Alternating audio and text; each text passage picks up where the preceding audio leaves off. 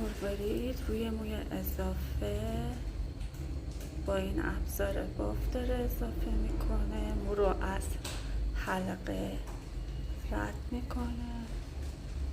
این پارچه‌ای که برای کیفت خریدی؟